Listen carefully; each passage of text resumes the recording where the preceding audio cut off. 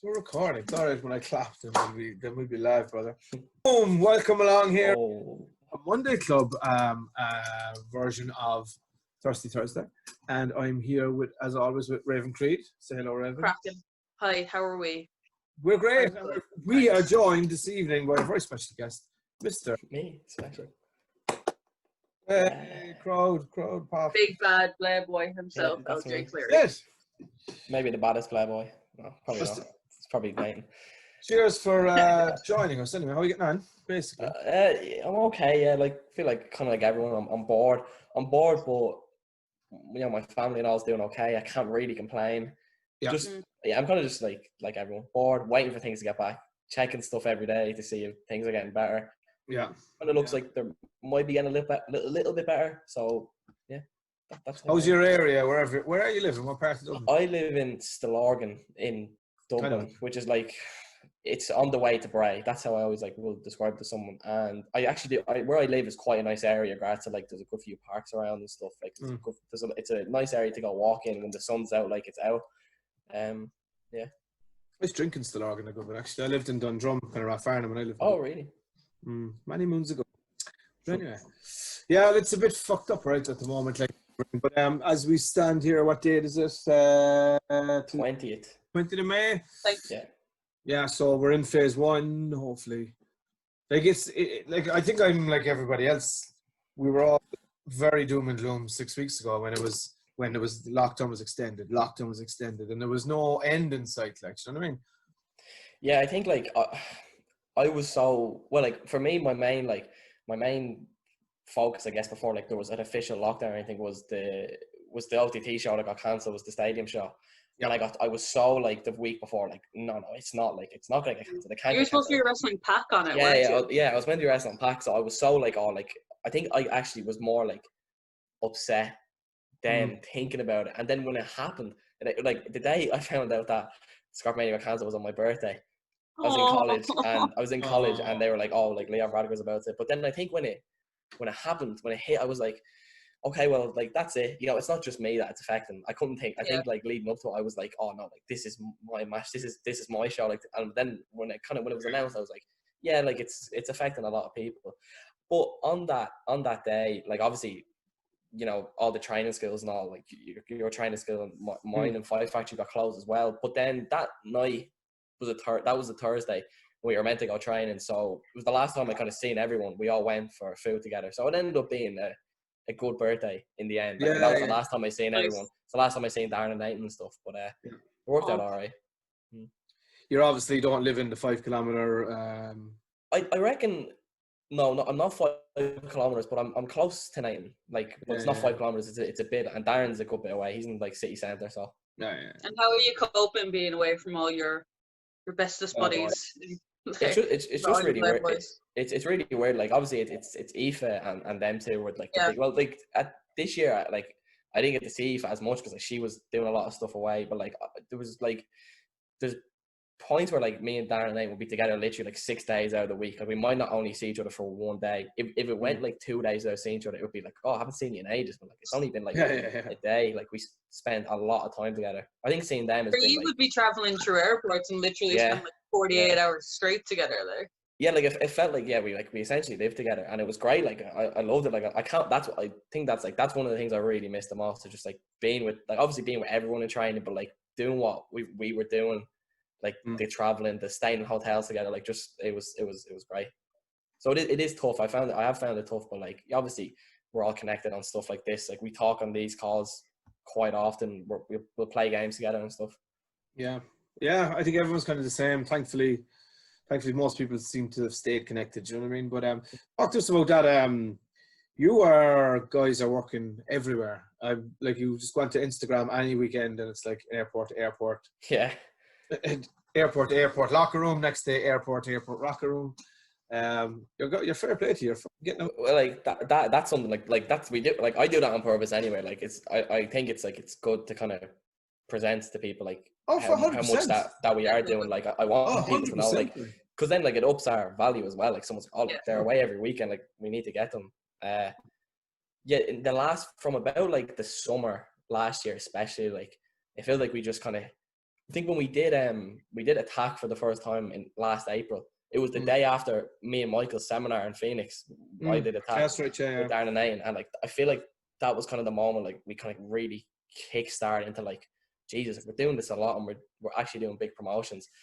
And like you'll know it, Kieran. Like I hound promoters out. Like I'm a fiend. Like I if I want like to wrestle somewhere, if I want the booking, like I'll stay on top of it as much as I possibly can. Yes, you will. And I'll get told like in a very nice way. You know what I mean? I'll get told no, and like I'll just be like, okay, and then I'll just be like, oh, I'll just message them again, like maybe a week later, just in case. And like, you know, it's worked. Like it's a lot of people will be like, oh, like I messaged this wrong, they didn't get back to me. And I'm like, yeah, well, like message them like 3 more times, then either they'll get back to you, they'll either just be like, no, we don't want you, or like, I feel like sometimes, for example, if I'm messaging you, Billy, like if I say to you like, oh, like I'm free this show, and you'll be like, let me get back to you. So you might in your head there be like, yeah, I want to do something, but then like you have a lot going on, you might forget like an hour later. Whereas then, like, I might just catch you at the right time the next week when you're, like, organising a car. And then you'll be like, oh, Lee just messaged me. Oh, yeah, actually, there is a space in this car. And then... Yeah. To be fair, I can't speak for other promotions, but I know for a fact that you've definitely been on Phoenix shows that had no space for anybody. Yeah. But somehow, like, even, like, just the gym shows and stuff like that had, like, 60 people. You fucking, like... Bedlam's like, oh, fuck's sake, LJ has been hounding me or whatever like that. Like, you gotten on them. Yeah, exactly. I really wanted to have 100 matches last year. I came really close. I got to 95. Oh, shit, that must be so annoying that you got that I would have gotten it. Like, I definitely had about 7 shows that got cancelled.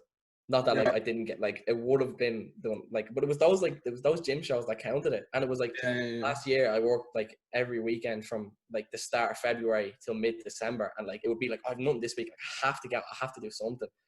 Just make sure I did get something. So that's where all the Instagram stories will come from, of like cars, the airports.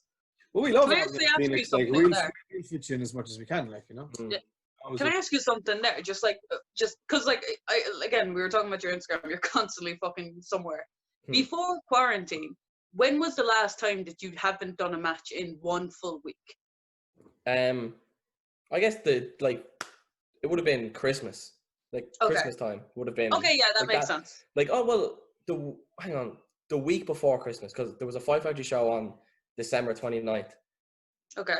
And then I think my last show, I don't know, actually, I did OTT on December, I think it was 16th, and then Five Factory on December 29th. So that gap, like, was the biggest gap I'd had since, like, all year, basically. So whatever that is. And that was Christmas, in fairness, Christmas Day. 2 weeks. Yeah, so 2 weeks. Fucking look, you'd wrestle Christmas Day if something on. Yeah, I would. Like, we go, like, before dinner Christmas. In Five Factory, like, every year, like, it'll be organised by me and Michael. Like, we get the keys and we're like, we train every Christmas Eve. We've done it for like 5 years now. That's really cool. It's usually like we'll go train for a few hours and then go like grab food or something. Like it is more like the novelty of it. But yeah, I would wrestle on Christmas Day. Yeah, I wouldn't. I'm you know, like I am, like I'm a fiend to promoters. Not in a disrespectful way. I'm not sending like thumbs up, like answer my message. I'm just letting them know, like, I'm still, like, I'm here.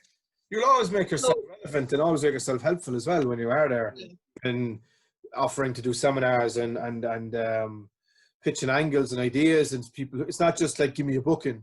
It's, if you pitch, I'd love to do this, I'd like to work with this person, or the 3 of us could do this, or what do you think about that?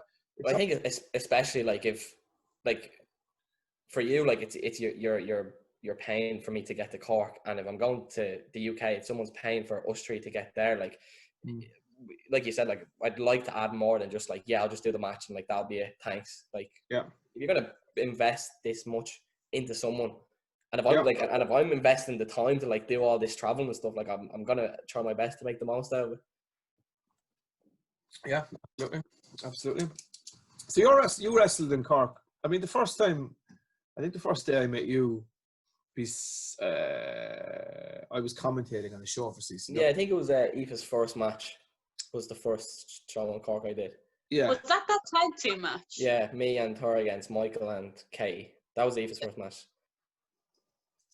Right, yeah, I think I was either announcing that or calling it because I think Lee had told me, Lee Callahan or Lars Coolahan as we like to call him, gave me the wrong name and I called you JL Cleary or something. That was only just because I came up to Phil, you were all sitting down having the chips or something, and I was trying to I didn't know anybody. I was just light, and I was like trying to get I think I was announcing it because I was trying to get where you're from and what you're weighing in as, and I was like, "Who's JL Cleary?" And people were all like, "Fucking L." Oh, shit. Sorry. I think that was I think that was like I have a really good memory for wrestling stuff, but that's it. Like I can remember like dates and like, oh yeah, like I did this and this show, but like I'm like that with like, you know, like WWE stuff. Like I'm in a car, be able to be like, oh yeah, like this match is from that show. I think that was a CCW Revolution show. I think it was CCW Revolution 3, and could have been, yeah. I think it was because I remember. I think that's when they like did the establishment for the first time when it was like properly formed. Yeah, I remember like kind of watching me and Michael, and we were like, "What's going on here?" Like, and then so that's kind of that's the memory I have of it. You had no idea what the fuck was happening either. like vaguely, I was like, they must be going for some like, are they trying to be like the Shield or are they like the corporation? Like, I don't really know what's going on. And then obviously, I got it after, you know, as everyone saying. Yeah. Well, who were you wrestling that show? Yeah, it was me and Aoife in Aoife's first match against Michael and Katie, because I think Phil organised it, like for us. Phil was wrestling Roughshod, I think. Yeah, I think it was like Liam might have said to Phil, like, "Oh, can you bring up some people?" And I remember him coming to me and Michael had only done a few, like he'd done a few PWs and stuff, and like I think I would have only had like 5 matches or something. And then him being like, "Oh, like, do you want to come to Cork?" And I was like, "Yeah." And I was only 16. Like, it was had to say to my parents who were a bit, "Oh, you know, like I don't know, like you're going to Cork, but like that's a long way away, like to wrestling and stuff." And like I understand now. Obviously, then I was like, "Oh, it doesn't matter. Like I'm going to wrestle. Like just let me go." Yeah. Let me go. CCW, their sound down there. They're really. Well, like to me, like especially at that time, it was at times like it felt like my WrestleMania. I was like, this. I'm going to go. I was only doing the odd Fight Factory shop, and I was like, I'm going to like wrestle somewhere else in the country with like my best friends. Like I was like, this is amazing. And I got like, well, the first few times, like I got like paid for it. I was like, I'm getting like €20 to wrestle with Michael. I was like, well, this is crazy. It genuinely felt like that at the time. Yeah. But back then, like Fight Factory weren't doing too many shows, were they? Like they weren't doing like the episodes back then, were they? No, it would be like there might be like one in. It would come very weirdly. Like you get like a few in Clara because the Wood brothers were still wrestling at the time. I know they were in CCW and stuff. Who like I was really close with at the time. Like they would have done. So we did Clara and then like a few shows in like Wicklow, and then they would stop completely. And then like we might do like 3 in 2 weeks, and then it would just stop. So yeah, not really. No, the episode shows definitely weren't a thing though at that time. What? Like I don't know if you were like I'm guessing you weren't necessarily involved in starting the episodes, but do you know what kind of like made Fight Factory start doing the episodes and like start doing like kind of like normal shows instead of just like randomly going to like Westmeath? Yeah, I think like I think like at the time we just moved into the city centre from Bray, and Darren, the venue that we do, like you wrestled in there, Emma, like the Sean O'Casey, like Darren lives like a minute walk away from there. And when we were in Bray, I remember him telling me like, "Oh, there's a venue really close to me," and I remember saying it to Phil, and he was like, "Oh, it would just be difficult, like, because we're not in the city centre, like we're based out in Bray, like that means like Darren's gonna have to do everything by himself basically." But then we moved to the city centre, and it was like, "Oh, like we should definitely do this now." And we were just looking at like obviously like OTT had basically turned Irish wrestling into like being like a small kind of like, oh yeah, like that's the little cute Irish wrestling over there, to like, oh, it's actually like it's really big. And Jordan had just come back from doing like the first UK tournament, and I had the Irish junior heavyweight title at the time, but like I didn't like, I think I was on like 5 or something shows of it just because we weren't running. And then it was like, right, like we're moved into the city centre now, we have a lot of new people that joined, there's a lot of people here that like need to get on show, like that need to now be on shows. And I think it was just like we needed to, like obviously we had a strong training skill, but we needed like a good show presence, and and it was basically like that was the driving force behind it. Like how many people are actually in in Fight Factory, because like I've been to a couple of seminars and I've been to a couple of shows, and like it looks like a fucking army. There looks like 100 fucking people there. It must like because sometimes like there might be like, you know, like I feel like the average number of people we'd have in like on a normal training day, and let's say a Tuesday, is like 12 to 15. But then on a Saturday there might be like 30 people there. So like you've got like I'm sure you have it with the schools as well, like your core people who are like always there, like you never miss a training. So that'd be like myself, Michael, Aoife, Darren, Nathan, Martin, Clong, like who are always there. And then like you have like the newer people who like might only be there like one day a week. I'd say maybe like, if I had to give like an exact number of people, like maybe like 40 to like maybe, I don't know. Again, you've seen pictures and stuff of seminars where sometimes I'm like, Jesus, like I didn't know there's many people here. I came up to a show in the Big Sean there, and when it was, I think you came as well. I did. And you kind of do these kind of dark matches for for trainees that need to just get them used to. Feels great. It's a great fucking idea. Yeah. But we came in a little bit early, and it seemed like there was about 50 or 60 people there. I was just like, is the show on? I think it's like, I think you can look at, like, I think I can look at anyway, like Fight Factory as there is also a very much so like extended family, if that makes sense. So like there's obviously people like Sammy D, Be Cool, Maxer, who like wouldn't be there as much now, but like they'll be there on like show days. So like you will walk in and be like, oh, there's the like maybe like 10 people who like drop in from time to time, but then that plus with the new trainees that want to come to the shows to help, plus the core group of people that are always there, it does add up to a lot.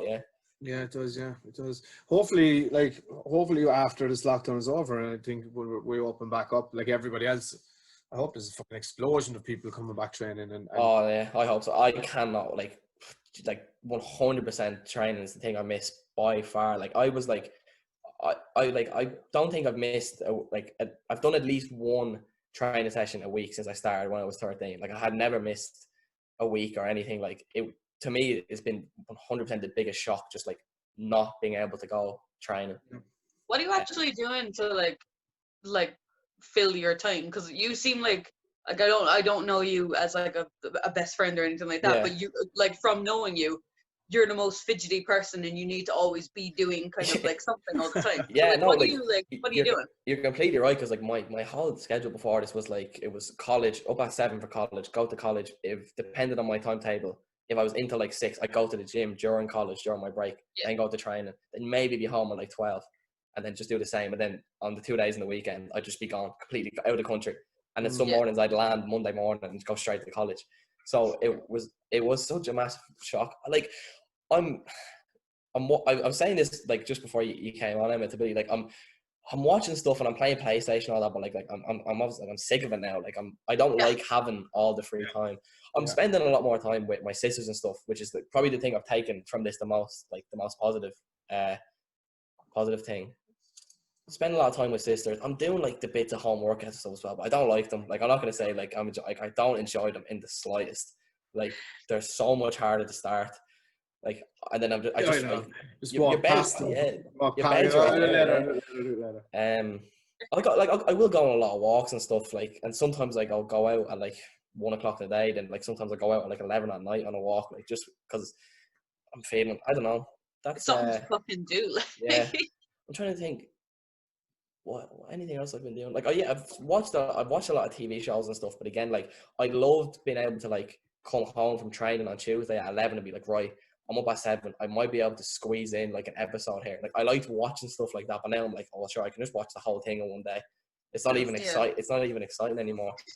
Yeah, I started doing little bits of like yoga videos and stuff on YouTube, which I was always a bit like, oh, like didn't think I'd ever really be into anything like that. But it's definitely helped a bit. Like my flexibility over the last year, like I'm quite athletic and stuff, but like I kind of lost it a bit just with how much I was training and how much I was in the gym and like traveling and stuff. So that's something that I've been trying to do at my time. I got DDP Yoga, right? I bought it. I subscribed to the app for 3 months. So I was chatting away to Owen Richards there, and he kind of put me onto it. But obviously, for somebody my age, flexibility is vital, not just for rest, for walking and just getting out of bed in the morning, right? But DDP is the man. Like, I mean, I was never really into yoga, but when DDP tells you to do something, you do it. Do it, yeah. I think Mike. Whatever I don't know if he does it. I don't know if he does it now, but he definitely has DVDs anyway. I think Michael might do DDP yoga. Like, I've seen the DVDs. I think he brought them to a few trainings and stuff when we were in Bray, like for warm ups. He'd be like, "We're gonna just spend an hour doing DDP yoga for the warm up and stuff." It's good shit. Take my years. I'm definitely one of these people that I was like, oh, yoga. Like, I'm not doing yoga. Like, I'm quite stubborn. Like, if it's something like I don't initially like, I'm like, not a chance. Like, I'm doing that. But then I used to be like that too, and then I did it, and I realized I was really shit at it, and I felt really bad about myself. Yeah, I'm the same. Like, I'll do one of the stretches and be like, oh, like I can't do this. Like, I need to be able to do this. Like, as well, like being out, I said, like to kind of waste some time. I guess like I'm being out with my sisters a lot down. Like I live in an apartment, so like there's a big garden like around like the complex, and like I'll notice when I'll be down there, like I'll be picking up my sisters and be like, here, let me show you like this like satellite DDT. I'll be picking them up, like flinging them around, be like, oh, like I really like training by far is the thing. It just feels so weird not having it. It's like you said, Emma, like I'm just fidget. Like I need to be doing something, and like now I'm just completely doing nothing. I don't like it at all. I can't wait to be back. Yeah, it's nice to have like a couple of days to kind of like, okay, I have nothing to do for the next few days. Still, I'm going to relax. But then when it goes, like for me personally, like I like to be able to relax and do nothing every now and again and fucking chill with a few people. But then when it goes past like 2 or 3 days of like nothing's happening, I have no college, I have no training, I have no fucking shows. I'm kind of like, all right, this is a fucking enough of this. Like I need something. Like I really think I'm just like, and like, because most people are like that. Like I'm not like that at all. When like the soon as the first day in this, I was like on board. I want to go out. Like I can't do anything. And I remember like Aoife was like, oh no, like just like she was like, oh, she enjoyed like the first few days, like be lazy and stuff. I just can't. Like I cannot.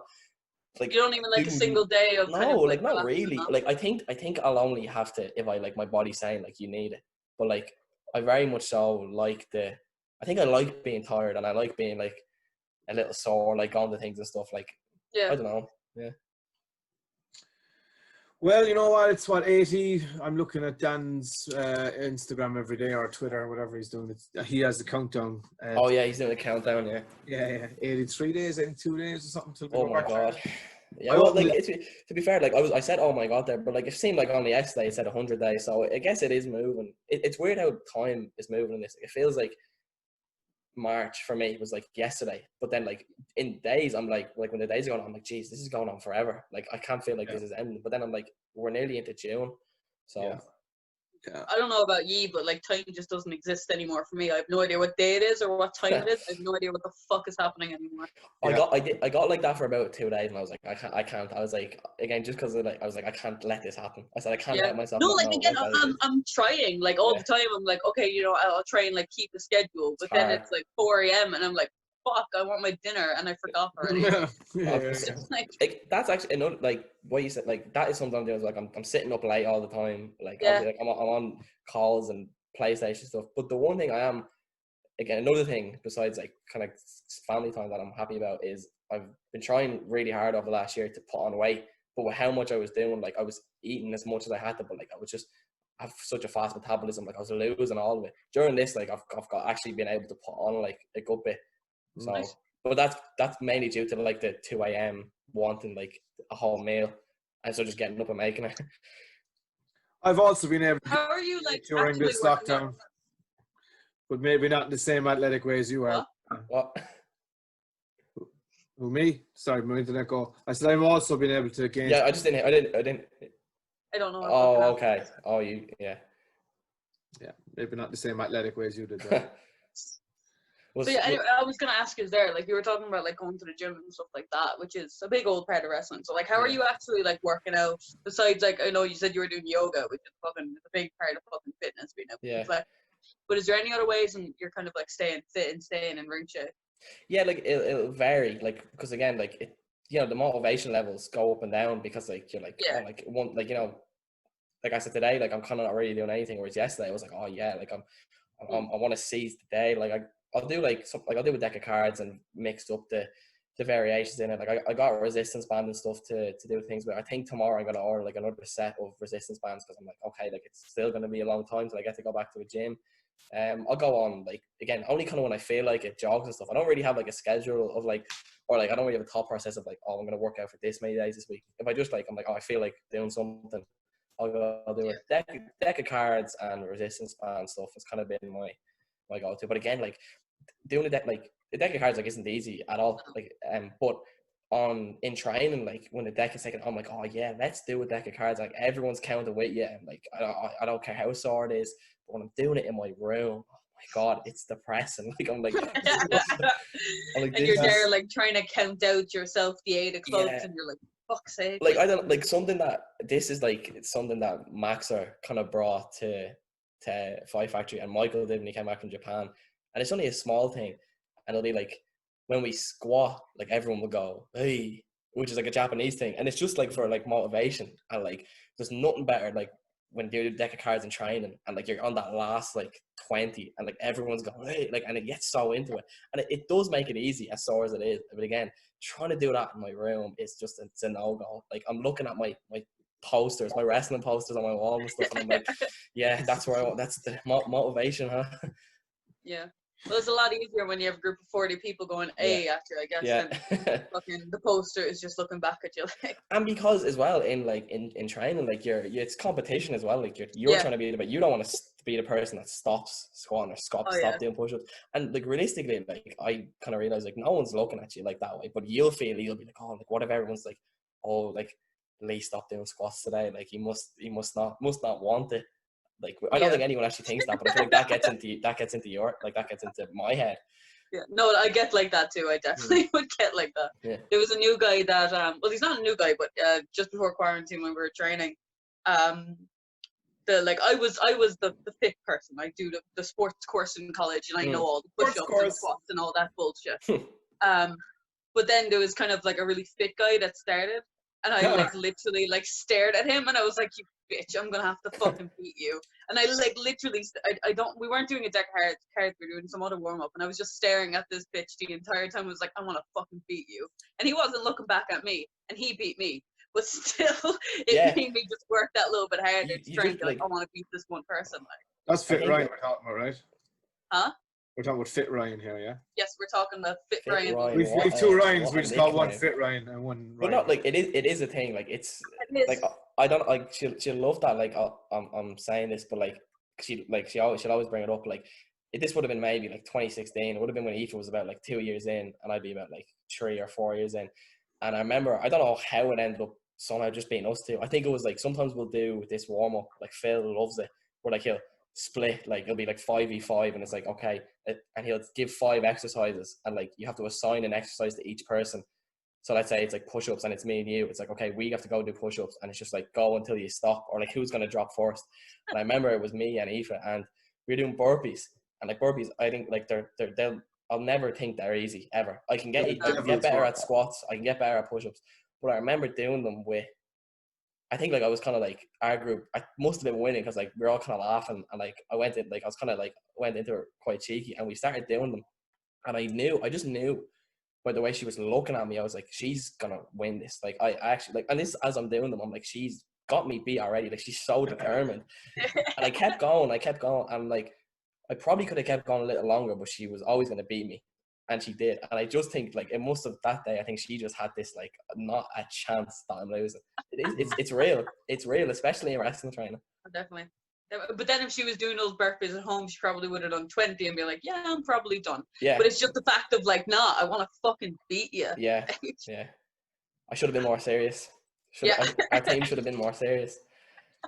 Whoever invented burpees, I hope they burn in hell. They're the fucking... Oh, I fucking hate burpees. Yeah, burpees are shit. I don't care how fit you are. Burpees are shit. Like. Yeah. I'll never find them easy. I was doing a Zoom deck of cards with Owen Richards there, fucking, who's helping me own my destiny. I wasn't a deck of cards, some other one, but he had the first exercise was burpees, then we did push-ups, something else. And after about 10, we were going, it was every half an hour and every minute we do a certain set of exercises, and if you were finished, then you'd have a rest until the start of the next minute. But burpees was the first one. I was like, after 10 minutes, I was like, I can't do it. Can't do it. It's killer, like just going to do the sit-ups and I do everything else. Bucket, like, but no, I couldn't. I just couldn't do them. I couldn't. It's tough. So talk to me a little bit about More Than Hype. Obviously, you missed the lads, right? Oh, I would really like missed them loads, like genuinely. You guys have been a tag team or a trio for quite a while now, right? 2 years ish. Yeah, since about nearly 2.5 years now. How did the three of you get together? Like, I mean, and when I first kind of met you, it was yourself and Michael. I'd met Darren actually over in Canada, of all places. Oh yeah, you would have been there with. I was over visiting Burnsy, and he was over there. It was yeah. at Storm, and there was a show, and we met him in a locker room. Yeah, was it the show with Jeff Jarrett on it? Yeah. I found a video of that actually the other day. I must have uploaded it. Jeff Jarrett's entrance is class. Yeah, it was still class. But so I guess like they joined at a time when there was kind of like it was. I remember like Darren joined in the summer 2016, and I think Nate was like September, like just a little bit after, and it was around the time where we were still in Bray, and Phil and Katie obviously run the club. Were only like they couldn't be there as much. I think they were just like starting to their real jobs. Like were just at the time a lot more. Like they were just doing their real jobs a lot more. So they're still there at least once a week. But there was usually days then like where it was just me and Michael were there, and we kind of realized like we're gonna have to take the reins now. We're gonna have to start kind of training people and taking training stuff. And like we probably had no idea what we were doing at the time. But I remember like Michael had just broken his foot as well, so he would be there. Like he had a bad foot injury, like he was out for like a good few months. So I remember one day he wasn't there, and like Darren had only been there maybe like 2 or 3 weeks, and I don't know. It's so weird. Like me and Darren will talk about it all the time. I remember I was taking training, and I said, was everyone we're going to do promos, and it was just like I don't know, and it wasn't like the way I'm going to describe it, but like within 5 minutes, everyone just left. They just walked out of training school, and like again, I was only like 16, 17. I was only 17. I was like, oh, I don't really care. Like, and I remember it was just me and Darren left, and he'll always be like, oh, like the day me and Lee were across the ring, we were sitting in the ring, and I was like, I remember saying to him like, do you like want to do this as like a hobby, or like do you want to like kind of actually do something? He was like, oh no, like I want to really do something. And I was like, okay, like to me and Michael, like we're gonna like make sure we try to help him as much as we can. Again, knowing whatever we did know was probably nothing at the time. I was probably teaching absolutely like nothing. And then Nathan joined as well in September, but it was around that time, around September, there was just we called them like the Glory Day Tuesday trainings that me and Michael would take. There was just such a good group at the time. It was me, Michael, Liam Royal, who just was started a little bit before Darren, Nathan, Dimitri Krakovic, Luke Cullen, who's not wrestling anymore, which is a shame. And Dom Tuck was there as well. Good boy, Dom. And like it was just like they were just really like not just me, Darren and Nathan, but those trainers like brought the whole group really close. And then obviously Darren went to Canada, like we said. Him and Nathan debuted on the first Contenders in the main event as a tag team. It was their first time tagging. I think they were, they had basically like when we went into that first Contender seminar, they kind of knew they wanted to be a team, so like they would go together for a lot of the stuff. Me and Michael knew that we had like the best chemistry with each other, so we try our best to stay with each other. We wanted to impress. So they were a tag team on the first Contenders, and they kind of knew for a while, they wanted to be a team. But obviously Darren went to Canada, and then I was doing a lot of PWU shows at the time, and I remember saying to the promoter, I was like, I have like a friend, like a trainer, it was Nathan, like I'd really, really like if we could start tagging here. So me and Nathan started tagging for ages. We tagged for ages in PWU. And I remember it was Contenders 4, which was the show that they were like picking legit 100. They were like performing them to wrestle British Strong Style. Yeah. And it was like, and I'm sure, like, I'm thinking back on it now, and I remember like leading up to the week being like, oh, I wonder if it could be music. That was picked from the second that graphic went up, like, oh, who was going to, like, people, like, whoever, the person who made the decision knew who it was going to be. I remember I was like, so we did our, like, I think you wrestled Debbie on that show, Emma, I think so. More than likely, to be honest. Yeah. And, we did like the pre-show back when you guys were wrestling each other every everywhere, every second. That was, I remember that was, I think I remember that today because it was really good. I remember you went into the toilet and stuff like that. Like, it was, you did like that was my first match ever in OTT. Yeah, I actually remember. Yeah. Well, then your first match ever then was like, go on. No, I was just going to say I went way over time. Yeah, we were given like I'm actually not going to say how much we were given and how much we went over because it was kind of a fucking disgrace. But go on anyway with your end. That happens. That happens.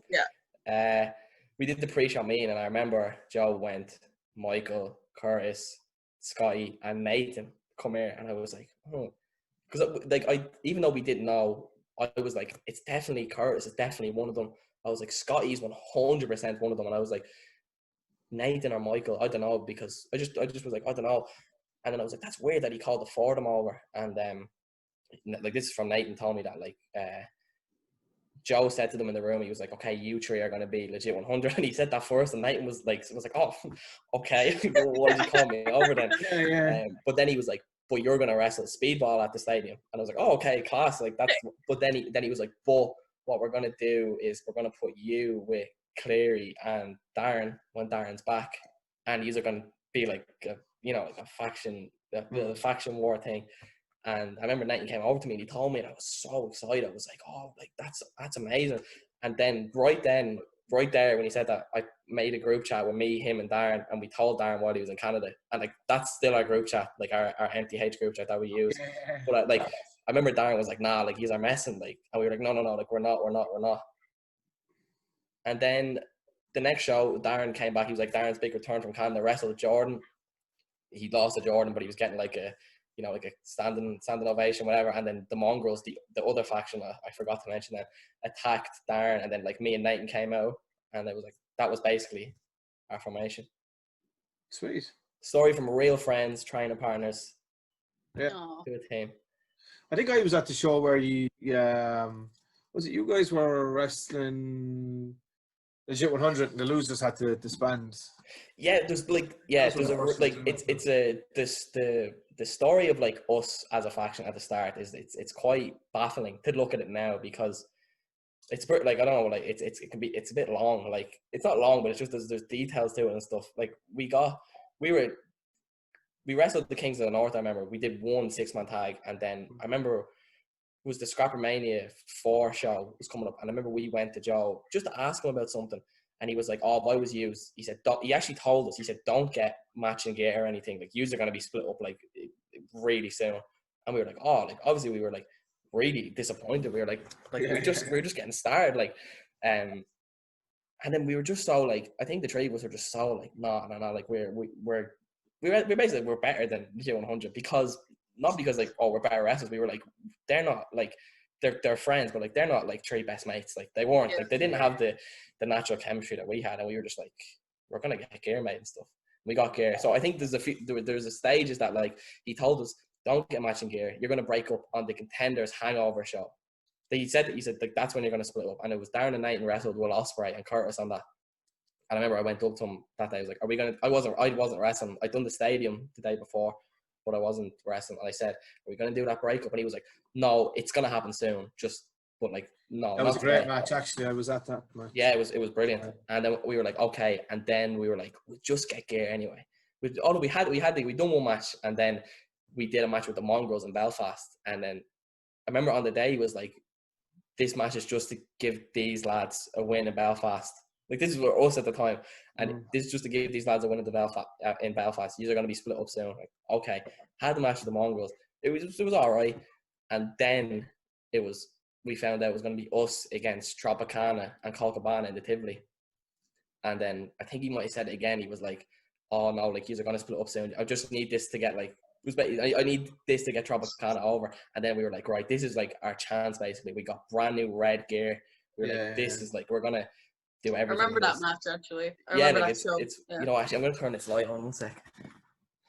We love good lighting in this household. Yeah, we do. Ooh.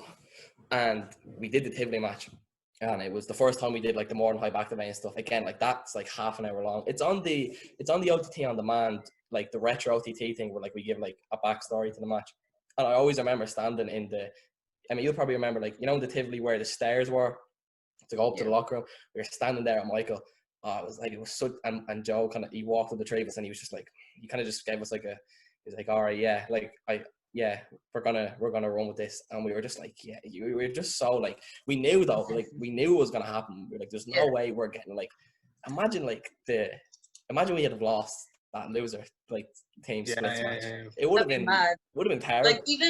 Even from an outsider looking in, not talking shit about anyone in Legit 100, but it was just very, very obvious that More Than Hype was the kind of the natural team that should be together, and then Legit 100, which it was some of the three best people that were picked out for a faction. It was very fucking obvious which team worked and which team didn't. Yeah, and we were doing things every show, even matches that we were having tag and singles, we were doing promos for and stuff, some that weren't even used, just to be and some we kind of knew weren't going to get used, just to be here's this is the effort we're making. You had a promo with a bunch of wolves in it before, didn't you? That didn't. It got we released it there I think it was maybe Halloween, but that was I was wrestling Tyler Bate and Chris Wolf, and Darren Knight wrestling White Wolf. This was a proper time when they did this. We were in Killiney Dart Station at 2 a.m. We had Dom Tuck dressed up in his full gear and stuff. I must get the whole video and put it on a YouTube link and release it, because the way we uploaded it had to be split up. I'd love people to see it. It's weird. It's very weird. Just the wolf, or if you're no, all right. I'll just explain it. So it was go for it. It started off, and it was me and Darren were we were walking in this dark, on the dark road, and me and Darren were we're scared of the wolf, and Nathan was like, come on, you aren't afraid of the wolves again, are you? And then there was and me and Darren ran. We legged it, and we had Michael and Dimitri. Me and Darren spent 20 quid on these wolves masks, and we had them run after us. And I think it's so ridiculous now that we thought people were going to understand this, because we wanted to be Nathan couldn't see them. He was but me and Darren could, and then we run by, and Nathan goes what are they running from? And then you hear Dom's music, the Hypnotize song, and it pans out, and Nathan's no, and then Dom goes, answer my open challenge, Nathan, bah! And then Nathan runs away, and then it cuts to us running, and then it's us running away from the wolves. Nathan, it's meant to be that's Nathan's worst nightmare. The wolves are our worst nightmare. And Nathan's worst nightmare is Dom Tuck. Fucking wild concept. We insinuate that Dom kills Nathan and stuff in the dream, the horror movie, Crawl Away, where you're just get up and run. You see Dom walk up to Nathan, and then the camera goes into the air, and then the three of us wake up in bed together, we're having nightmares. It was weird. But I really think that was, again, another time, I really think it showed the effort that we were need to but together.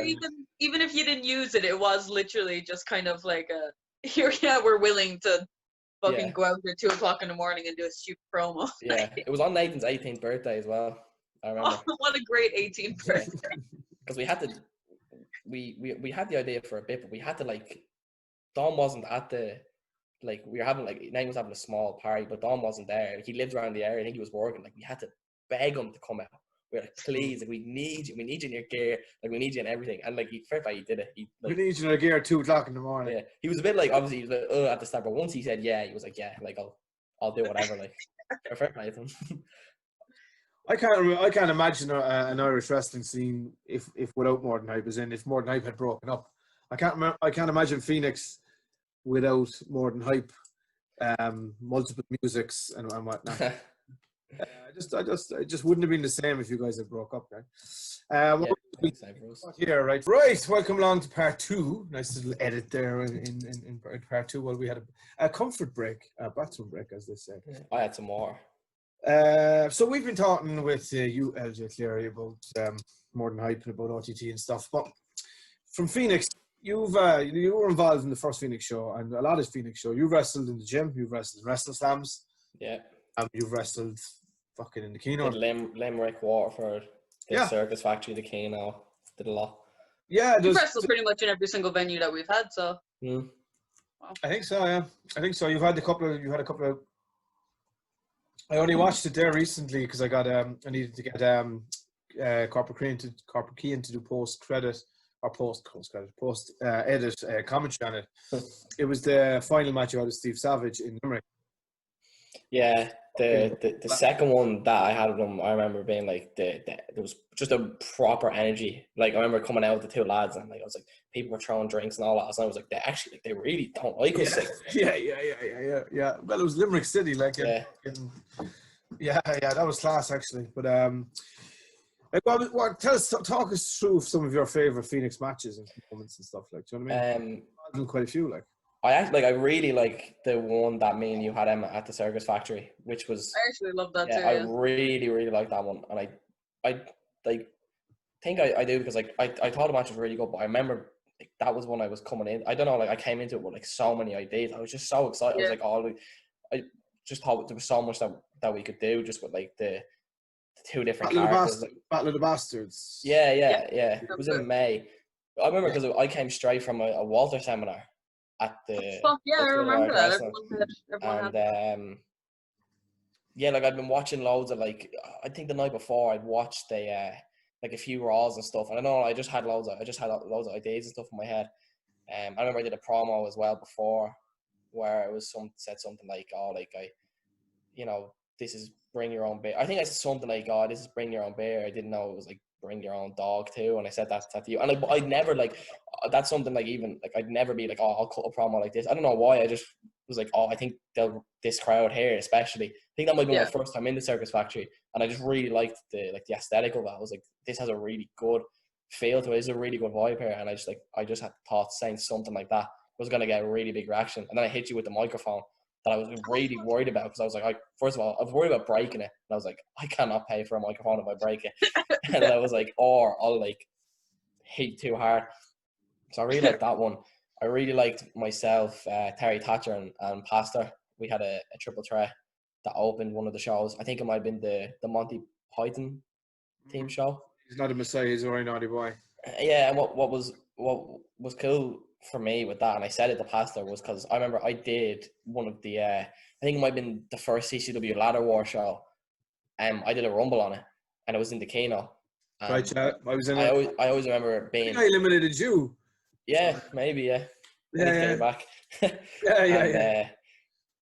Obviously, like, I was like a ball of nerves. I was like, I'd driven up with Jordan and stuff, who like that was my first time being in the car, and I was like Jody Fleisch and all was there, and I was just really like, I was quite nervous, and I always remember like Pastor coming up to me in the tiny toilet area at the Kino, and he was like, said something like, you've lovely chest hair or something like that, and I was like, yeah, like you do too, and we had a conversation about it, because he was like, how old are you? And I was like, I'm only like 17, and he was like, that's crazy.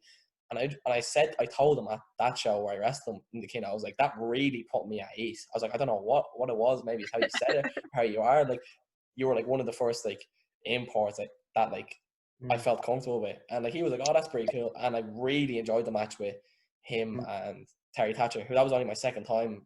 I've only wrestled Terry Thatcher twice, both in triple threats, and I really like that. And then probably might be my favorite one I've had in Phoenix is me, Darren, and Nathan against Amy, Aaron, Matt Schuyler, and Paddy in. Yeah. That was fucking deadly. I really, really like that, because we came out with actually that show is not recorded at all, and I think it's Phoenix's best show, the first Waterford show. I don't know. Down a few recordings. I've got that. Like, we've got a video of that match, but that someone recorded for us. I don't know who it was. Yeah. But I really was it like a crowd recording? Or? Like, it's a crowd recording, but like, it looks grand. Like, it's just someone holding it. Like, they have the phone or the camera held very still as well. Like, there's no shaking and stuff. There's a hard cam kind of because I got the same person recorded, gave me a load of footage of the remember that Courage show we did? So I got that footage of that show as well, and I'm trying to track down some other footage of that Waterford show so I can kind of piece something together on demand for free, just so people can see. Yeah. Oh, I'd love you too, because like there was so many good matches. Like, I wrestled Justy on that show, and I always wanted to wrestle Justy, and I thought it was a fucking really great match. That match that you had, like, Matt Schuyler always says that it's one of his favorite matches, and I fucking agree. I think that it was fucking brilliant. Yeah. I can't remember all of it, but I remember just watching. Armstrong's had an amazing match against Martina and Fabulous Nikki. Oh god, that was fucking hilarious. That was, and I didn't get to see the full thing of that match, because my match was straight after, but it was apparently like the funniest fucking match in the world. I wish I saw that fucking show. You could hear it from downstairs where the locker room was. You could hear the laughing. I think I like that. I think I enjoyed that match so much. Just like a few things, like we came out with like, we've only done it a few times. We've only done it in Phoenix, like where we come out with like the jackets and sunglasses, where it's just like because we don't really get to do it anywhere else. We don't really get to act that way. And like obviously we came to you and Luke and we're like, are we okay to like say these like few things? Like not that we were saying anything like that out of the ordinary. Like, are we okay we're like, are we okay to act it a little bit like this? And he was like, yeah, like it's fine. So like getting to that was really fun, and I expect those conversations every time you're booked. Yeah. I expect going, here, can we use this music this time? Can we use this music this time? You're at your limit. No, I'm like, no, you can't. You have to pick one of them. It must be at like 6 different songs or something. I think there's a playlist on Spotify, and like just MPH alone has so many songs. And I remember as well, like we really wanted Amy and Aaron to look like, we were like, oh, we're gonna make these two look really good. Obviously, like Paddy already, he does that himself, and like a few people that would have traveled would have known him probably, the most out of that side of the team. Yeah. And we were like, really gonna make them two shine. I think we did a good job, and again, it's a shame that like it's not, I guess, like professionally recorded, but like I think even the one that's available you could definitely stick that up. I think we can. I think I'm going to make a kind of I'm thinking of putting together a few of those matches and just kind of doing not a commentary on it, but more of a conversation on it. So we probably you and fucking Skyballs to have a fucking conversation. Skyballs. Yeah. That's like a couple of just maybe 2 or 3 minute introduction to it, and then somebody else introduce 1 or 2 better matches from the Courage show. We bang it up for free and just to have it. You know what I mean? Putting it all together. I'm trying to think what other matches, like there's not many I have not enjoyed anyway. I'm trying to think. I really liked your stuff with Steve Savage at the start, because I mean it really put Steve on the kind of map, if you know what I mean. Or you're working with you, and I think you guys did a wonderful job. Is considering he was injured as well going into one of those matches. And the match you put together in Limerick, I only watched it the other day, and the crowd reaction was brilliant. Yeah, I was proud of that. I was definitely, like, especially that second one, like I said, just feeling the actual, like, I was like, they really, like, don't like us, like, the people, and I remember, like, me, Darren, Lane, like, just as we were about to walk out, I think it's in Limerick, like, you walk out on the stage, we were just peeking out. I think there was one, and I was like, that's his girlfriend, like, that's Steve Savage's girlfriend there. And, like, as soon as we saw her, like, we were, like, grabbing drinks out of her hand, trying to lift her chair up and stuff, like, she was having none of us, like, at all. There was somebody, I think it was Nathan got soaked. Somebody got drenched, yeah. Oh, Jesus. Yeah, but you've wrestled Raven Creed as well a bit. Like you said, you attacked her with a microphone. You attacked her from behind at the last gym show. Yeah. So I forgot about I think you owe her an apology, or else I owe you revenge, Raven. So I think we had a fun one on one of the Wrestle Slams as well in the Kino. I think it's up on YouTube. That's actually on YouTube. Yeah, it's on YouTube. Yeah, it's on YouTube. Yeah, that is a good match. I got attacked from behind again. Oh yeah. Do you know that one match that we had? When you talked about it there at the start, that the Game of Thrones team show. I can't remember what it was fucking called. I remember fucking Bedlam and Marion giving out to me after that because because the only reason, I don't know if you're going to put this in the podcast, but the only reason I was supposed to win was because there was no faces actually winning on that show. So they were like, okay, we need to have at least one face. We're going to have Raven win, but we don't want LJ to look bad. So, okay, Raven, we want you to win with a quick roll-up. And then it got changed somehow to me giving you a pile driver. I think that was because I remember. I don't think I talked to you about it, Kieran, because I think you were busy with Michael. But I said it to Luke. I was like, I asked him, I was like, what's the, like, do you want Emma to win, like, by roll-up? And he was like, yeah. And I said, and this is actually, now it's come back to me, I just watched Shawn Michaels and Psycho Sid the night before, and I remember, like, he does, you know, when, like, Sid would go for the powerbomb, he'd, like, lift his arms out, and it was like Shawn Michaels was running and he just put his head down, and like Sid caught him straight in the bomb and he put his arms out, and like that's such a big reaction. And I remember I was like, I want to do that where like I throw Emma in, like I'm going to go for a headbutt, and she catches me in the pole driver. And I said to Luke, can she beat me clean? And he was like, I don't know. And I said, let me tell you this idea, like let me tell you like why I want it. And I told him the exact thing I said there, and he was like, all right, okay, yeah, you can do it. I got shit for the next couple of weeks because of that. They were like, "Oh, for fuck's sake, Raven!" It's like, but that's never me. That was me. Quite a couple of weeks, but I was like, "How did we?" I didn't know, and I was like, "How did we go from a roll up to that?" Yeah, it's fair. I said it to Luke, and like, I had to be a bit like, I was like, "Come on!" I was like, "Please," because I just kept thinking about that match I watched the night before. I was like, I really wanted to, and he was just like, "Okay, yeah." Like then he came around. Oh yeah, look, I think it's the hard part of having two people booking a show. Mm. Yeah. You can't run everything by, and there's been cases where the same thing would have happened with, I think it was a Tony Kelly and can't even remember which one it was, but I didn't say it to Luke, or we don't run it. We used to run everything by each other because stuff slips, like there's and plus you're going, but I said he could do it, so it's grand. You know what I mean? But there's been cases of that. And that's the difficult thing of having two people, or used to be having two people. Yeah, I'd love to watch that match back, the one meaning, because I remember, I remember being so vibrant about it, like wanting to do all like. Yeah, I remember wanting you to like throw me off the top, and like I wanted to take, like I was on such a, I still like it's something like I was on such a Mr. Perfect buzz at the time. I wanted to like take stuff the way he did. I wanted to like take stuff and like try to jump out of the ring as clean as possible. Obviously not getting it as clean as possible. I remember thinking like you were the perfect person. I was like, she's wearing cork, like she's the perfect person to do it to me. Like when she hits me, like I should be gone flying. Like something that I like absolutely love about like planning matches with you, or like fucking just hearing you fucking talk shit about wrestling, is that like no, you just like come up with so many ideas for matches, but they're all like you come up with at least like a couple new ideas a match, and like I love watching your matches because like there's always something new that I go like, oh fuck, I wouldn't have thought of that before, even if it's just something as simple as like a turn or a fucking facial or something like that. It's just like you always do something weird and different that I wouldn't have thought of. And it just makes fucking planning a match with you very fucking easy. I appreciate that. I think I that's like comes from like I watch so much wrestling. I watch so much from so many different eras that like I'm watching the stuff that people don't do anymore to try just like taking small things from it for reasons like that. Just hoping that like one person might be like, oh yeah, like that was a little bit different. Is there any like main person or main time period that would be like your like views or? Yeah, like the probably from like 1989 to like 1994 WWE and mainly like WCW at that time. Me and Billy were just talking.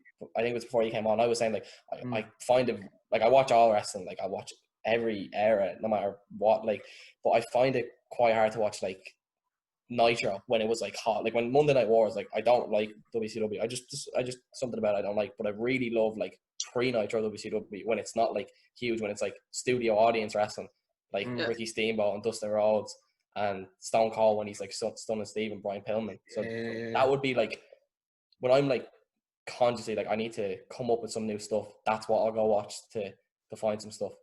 And even like 1996, 97 Raw, not Attitude Era yet, but like just a little bit before, but like not the cartoony stuff. Like when they're kind of in that weird middle ground. Yeah. That'll be like the main stuff I'll watch. Okay. I'm as we said off air, pre-recording. That's the moment I'm watching the middle of WrestleMania 13. It's such a good it's like wrestling porn, like in the early 98. It's so good. Like I mean, they've just kind of Vince McMahon obviously just went, fuck it, we're going to they're off. Stone Cold is ridiculously over, and he's not to be. He's been booked as a heel, like, and it's just his promos are like you're just like enthralled. Undertaker is fucking so good. Like it's really is coming into coming to a stage at a really top guy. Mankind, who's always a really favorite. It's fucking so enjoyable. And, like it's a lot of stuff that I watch as well. Again, like I do generally like I watch everything, and like I'll go back and watch a lot of stuff from like 02 to 08 because that's like my childhood period. Like that's what I remember the most from like actually getting into it. But like something that I'll say a lot when I'll take training at Fight Factory is I'll tell people like to watch the Raw main events from now. There's like I'll be like watch like Seth Rollins against like Reigns on Raw. Like, watch the main event. Like, there's a reason. I'll always be like, there's a reason that they're the people main event, and there's a reason that like someone like Seth Rollins is making the most money in wrestling. And people be like, oh, you know, and I get it. I completely understand. You know, like people have different preferences. There's a lot more options. But like, I'd be like a big WWE head, like personally. So, and I guarantee you, I always say, like, if you watch like when they do like, you know, like the random 6-man tags on Raw, if it's like AJ, Gallows, and Anderson against like Rollins, Braun Strowman, and Reigns, and they're usually like 20 minutes long. So if you watch the start, it's always been like, yeah, you kind of just expect the normal Raw main event. By the end, like if you watch, everyone in the crowd is always, and they're obviously, because they're wrestling for TV, but they're obviously wrestling for the crowd there as well. They have everyone like on the edge of their seat. Like, they're the top people in the world for a reason. So I'll spend a lot of time watching people like that as well. Do you just watch WWE, or do you watch New Japan, or do you watch any AEW? Or? No, like I would watch mainly WWE, but I've been keeping up a good bit with AEW. I've been really enjoying AEW. I think they're doing the no fan shows really well. Like, I find they're probably the easiest kind of no crowd ones to watch at the moment. New Japan, like I'm not like, obviously it's not, they're not running at the moment, but like even before, like I wouldn't have been into it as much. I'll go through phases of it. Like sometimes I'll be mad into it. Like, you know, the best of Super Juniors and stuff is on, like I watch all that, but then like I might not watch a few pay-per-views and stuff. Something that like I guess I can only really enjoy in like small doses, rather than like I can watch like WWE or like old WCW like all the time. Yeah, I get you. I went through a big phase of Progress, actually. It was about a year and a half ago, myself and Skyballs. I remember that you wouldn't shut the fuck up about it, both of me. I had fucking Matt Schuyler standing next to me in Bedlam texting me about it. I'm like, shut the fuck up, I get it, it's great. Progress is class. It's a class promotion. Progress is definitely. It is, but it just, go on anyway, sorry. You were just jealous that we were watching wrestling and we didn't invite you. We didn't know. I was just jealous I wasn't fucking there. Now go on anyway. But so you guys have wrestled each other a lot, right? I don't know. I'm not sure if you ever wrestled each other outside of Cork, but I don't think so. No, I remember on that show I was talking about, the Hangover show that Darren and I wrestled with Osprey on. I pitched a match for me and you on that. Oh, fuck, I remember you telling me about that, because at the time I had the gender neutral title, and the whole thing was like I was just escaping matches, like barely, like I was getting quick pins, or like I would accidentally like get the other person DQ'd. I'm actually like thinking about it now, I'm so annoyed this didn't happen, but the reason I pitched it was great with me as a heel. The finish, the way I wanted to go about the match was like, yeah, you were the heel at the time, and I was the face, but like I would be aggravating you, like I've been making fun of your hair and stuff. Like I would have been the one that was like the bad person in it, but like probably people would have just started laughing. Yeah. I got it from an old WWE match. I wanted because you were with Gunther Isaac at the time, or like he would come out with you sometimes. You done like a mixed tag or something, and I wanted to do like the ref goes down, and it was Gunther Isaac had my arms and you pulled out like brass knucks, and I wanted it to be like, you got to hit him, I move. You got to hit me, I move. You hit him, but he bounces off the ropes and just crushes you. But like you're under him, like conscious, like you're screaming, like get off me. And I just sit on top of him, and then the ref has to count, like, because I'm technically pinning you. Like, and I was like, I really wanted to do it for that reason. And I remember Joe said he liked it, but there was just too many matches already on. But that was the one time I think we would have had a chance to do it outside Cork. And I would have loved to have done that.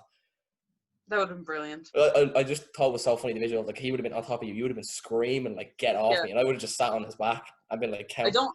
I don't know if this is where you got it from, but like something like that happened with William Regal and Big Show. Is that where you got it from? Yeah. And it was just, I remember like William Regal just like trying to kick out so fucking hard, and he just couldn't. And I just thought it was it's like the way like Regal does it like so well, where like he hits him with it, and he like looks away and like kind of smirks, like he had like look going, and then he gets crushed. Like it's brilliant. Yeah, William Regal. So a question I have for you two guys, right? Because you've wrestled each other a lot in Phoenix. So if we were to put you guys together in a match, right? And if you were to choose a stipulation, right? And the stipulation had to be from a category, like we're all fans of the old CCW stipulation, right? So Would you guys choose a casket match? Would you choose a hairspray and a pole match? Because you'd be both perfect for that. What would be your stipulation? Did they ever do a cage match? No. God mighty no. That costs too much I money. would have picked that. I want to say a hairspray on a pole match, but at the same time, I don't want to fucking degrade myself to that. It has to be a match that already happened. It would CCW. I think a hairspray on a pole would be good. I feel like it would fit in with like some way like with my look, and then like I could just be like, I could be like, but you've stupid colored hair. I mean, it could be like you could do imagine like it'd be a very stupid promo, but if it's like we're both walking backstage and we both see there's only one bottle left and we start fighting, I'm like, I need it for my long hair. You're like, I need it for my color, like, and someone has to take it off us, and then that could be fucking. That could actually be really fucking fun. I'd love to do it. We would somehow be able to make it well. What say, Bedlam? Sorry. I'd love to do a hairspray and a pole match. Ironically, obviously, but I'd love to do it just for the crack. Like, see, so like I think like it'd be so fun with stuff like that, because imagine it was like if you did it and it was like there were still rules enforced. The referee was very much like rules are enforced, that you couldn't do anything else illegal. So if the ref went down, imagine like Darren and Nathan trying to run in to get it for me, and then like you chasing them away and stuff like that. And like you just take the match like so fucking seriously, like you're fighting in the main event of WrestleMania, and I like hulk up and shit. Yeah, that'd be really funny. On a serious note, I always wanted to do a casket match, and I was supposed to do a casket match, but it never fucking happened. That's because the dude that you were supposed to do it took a break out of wrestling. But if he comes back, we can still do it. Yeah. So I'm just not going to say who it is, just in case he comes back. I'm sure he will. I'm sure he'll come back. Yeah, I know you. Probably. We're not leaving many fucking people there. It's pretty obvious. Anyway, hairspray on a pole match versus LJ Cleary. You could do funny promos. You could do like a funny build up to it. I think that's why I'd go for that. Yeah. How would you build it up? Besides that promo? What else? Like you do like that. Maybe that promo could be like the last. But even if it was like if it's me walking into the venue and it's like I'm with Darren and Nate, they're in a tag match, and like I'm really flustered, and they're like, "What's wrong with you?" And I'm like, "I left my hairspray at home." And Nathan's like, "Just go take some more Ravens." And I'm like, "Oh yeah, I'll just go take some out of our bag." And like you could like either catch me or like I take it, you use loads of it, put it back, and then like you go and it's empty, and you like freak out in the locker room. Like, who took this? You're accusing everybody of fucking. Yeah, and I literally just put some random fucker through a table because I'm pissed off that my hairspray. Bedlam, did you use my hairspray? I'm like, no. And then like you see, I think it would be funny if it was like you realize it's me, and then you're about to get angry, and I just say something like, I'm like, well, like there's no point in you using it because it doesn't add anything to you or something like I say something like offensive, and then that again it gets that we start insulting each other, and then I think that'd be funny. But it's just hair insults the entire fucking thing. Yeah. That's fucking brilliant. I love it. Then we have a loser cuts their hair match. No, never mind. We can't fucking do that. Well, if I ever am gonna that's how I'm gonna definitely lose. I've actually said that before. It'd have to be that reason. I'm not going to, but I'd have to. So I've written down booked, so therefore hairspray is booked. I'll put that in. I'll do a hairspray on a pole match. I won't do a fucking loser cuts their hair match or whatever it's called. I feel like if we did the hairspray on a pole promos, it'd be very like Zoolander-esque, talking really stupidly, and like we're like, oh yeah, well, blah, blah, blah, blah. And then it's like, oh, and everyone in the room goes, ooh, like everyone on my side is like, oh, and then when you say something, everyone's like, oh. It's fucking brilliant. Oh, that's why I like talking to you about wrestling, because you come up with stupid ideas that actually are the best ideas in the fucking world. The other one I want to do at some point, I want to do a Rumble. Like a Royal Rumble kind of a thing, like a CCW Rumble, or like a Celtic Rumble, yeah. I know is fond of watching back the old Celtic Rumble. I've never been in a Celtic Rumble, and I always wanted to be. That's because Lee wouldn't let girls in. Yeah, for some reason, bitch. Except I think he booked Kaza G when she was Kaza G, one of them, right? But yeah, years ago, before I was even starting training. I think something that would be good to help a Rumble, especially on an Irish show, because people can be like, I feel like sometimes the crowd can be like, oh, a Rumble, because they can if they're done right, it's really good, but if they're not, it just it falls apart. I think if an Irish wrestler should come out 5 shows before and announce it. He should announce the Rumble and be like, this Rumble is being made for me. So before it's like, besides doing like qualifying matches for like numbers and stuff like that, like have this whole person like have their whole gimmick be someone who maybe doesn't have a gimmick be like, I'm going to win this Rumble, and they base their whole like 5 months leading up to it, like they don't even care if they lose matches, they're just making sure they throw people over the top. They can get rolled up and lose, but then be like, I don't care, I'm training for the Rumble, and then like, you know, they run out and get clotheslined over the top straight away, like do the Santino, like, so all this build up is for nothing. Yeah, Rumbles are for wrestlers. Do you know what I mean? Yeah. And fun. I mean, we've done loads of battle royals at the end of gym shows and shit like that, and wrestle slams, just for the lol. No one enjoyed them. Well, like the Royal Rumble that happened this year was amazing. Like I thought, like, it was one of the best ones one of the best matches I've ever watched. Like it was the way Lesnar like took so much control, and you're like, and then so when Drew eliminates him, like you're so happy, and then like Edge coming out, and then what I thought was amazing was like Reigns eliminated Edge, and just as you could feel people are about to turn, like because Reigns gets eliminated by McIntyre, and everyone's like, "Oh, McIntyre's amazing." It was one of the best matches I've ever watched. Yeah, and obviously Edge coming back was amazing. Like it was just so, like, for me it was unexpected, because I'll try never to look at like rumors or online, because I don't want it to be right. I got text the spoiler of it, and I woke up to the spoiler of it. Oh, so I'd be so annoyed. I don't even like. I'll say to Aoife, like, I don't even want to hear people's opinions no, on like, movies exactly. when they see things. Like, I'm like, don't tell me, like. If I hear, like, if someone texts me going, like, oh, fuck, you'll love this match, then immediately my expectations are really high for it. So I'm probably not going to love it as much as I fucking, as much as you thought I would. So you fucking ruined the match for me just by thinking about me. So fuck you. Like, such a nice girl. Yeah, I know, you're right there. Fuck spot. I mean, I was a big fan of dirt sheets and all that kind of shit before I started wrestling. Yeah, I was the same, but like when I was like 12, 13, I was like, oh, I'd love knowing. But then I was like, I remember when it was someone spoiled on me when The Rock came back to host Mania, and I was like, and I watched that Raw live, and I was like, I would have loved to have like not known that. And then that's when I was like, no, I can't, like, these things need to be a surprise. Yeah. I hate spoilers. So like, I couldn't watch the Money in the Bank when it happened, and then I had like an exam the next day, so I couldn't watch it all Monday.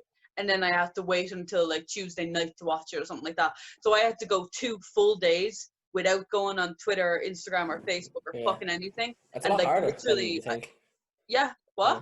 It's a lot, like, I find it's a lot harder than you think to not go on anything that you're used to. You just like naturally like swipe up your phone and click into Twitter, and then immediately like this person won the fucking Money in the Bank, and I have to like block specific group chats and like people that I knew would fucking text me. So like. And like then when I watched it, I was like, I had no spoilers. I didn't know who the fuck was gonna win. I'd say you enjoyed it a lot more, it was fucking. Oh, it was great. I love the world. Actually, that's a question I want to fucking ask you.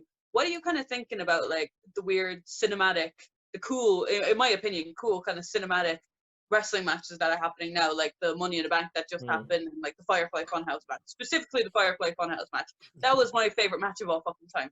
I think I'm surprised it took you this long to mention it, to be honest. I'm enjoying I think they're great. Like it's a really good example of like they're making the best out of a bad situation. I probably, out of all of them, I probably did enjoy the Firefly Funhouse one the most. I think like mainly because it was like, I'm a big John Cena fan anyway, so I was excited to see him wrestle. But then when it started, I was like, what is going on? But then I think as soon as I saw him in like the old gear, in his like first gear, I was like, oh, this is really cool. I think I probably enjoyed that more than the Boneyard match, which I still really liked as well. Like that wasn't like, in our group, was a bit like, which one did you prefer? A lot of people, like, the Boneyard was really cool. Like seeing Undertaker like that again was really cool. Brilliant. But like, I think that was like when that started, I think everyone was like, what is going on? Like, I thought the Money in the Bank was great. Like, as well. Yeah, I really liked it. I think Asuka was just the MVP of that entire Money in the Bank, in my opinion, just because she was acting like a crackhead the entire time. I'd say she's so good. I'd say I'd say it's a lot of fun. Like they definitely have loads of fun doing it. I like them. Daniel Bryan came in on his entrance and was literally like, "Oh, the lads, what are we gonna do? We're gonna fight!" Like literally. Like, I think like you can't do them all the time. Like I hope that, like, I don't want to see like a Boneyard match every few months, because then it's like once every few years, like they're good. And obviously definitely. During this, it's good. Like, I do hope that like like when quarantine is over and we can have people at shows again, I do hope that every now and again, like every few years or every whatever, we still have those kind of matches. Yeah. Because like I just fucking love them. I love the bullshit cheesiness of it. I just think it's so fucking entertaining to watch. Like, yeah, it's good. Well, we could have a Raven Wrestling in the Woods match, like, do you know what I mean? oh yes, definitely. Like what did Matt Hardy call his, like the Harvey compound match or something like that, or Final we deletion. could just do something. Yeah, final deletion. Sorry, we could just do something like that with me, where it's just stupid and not nearly as good. The camera quality is basically an iPhone. The audio is fucking terrible. Let's do that. We don't have a big production budget here in Cork. Yeah, again, that's the thing. That's the thing. Get a couple of Samsung phones, WWE. Samsung 10s or whatever, and hang them off a couple of trees and see what happens. We might make some magic. That's the thing that makes the WWE one so good, is that it is like fucking a Hollywood production. Yeah, it's like a movie. The short film. Yes, it is. I know everyone has these moments. Right? It's been a long time since. Do you know when you kind of get involved in wrestling? You don't have these moments as often, kind of mark-out moments for use for better, right? I think the last time I can remember really losing my shit over something was when Eddie Guerrero beat Brock Lesnar for the I mean, properly, I lost my fucking shit, like, and I was just like, oh my god, I wasn't going to bed. Do you know what I mean? I think that was the last time that happened to me.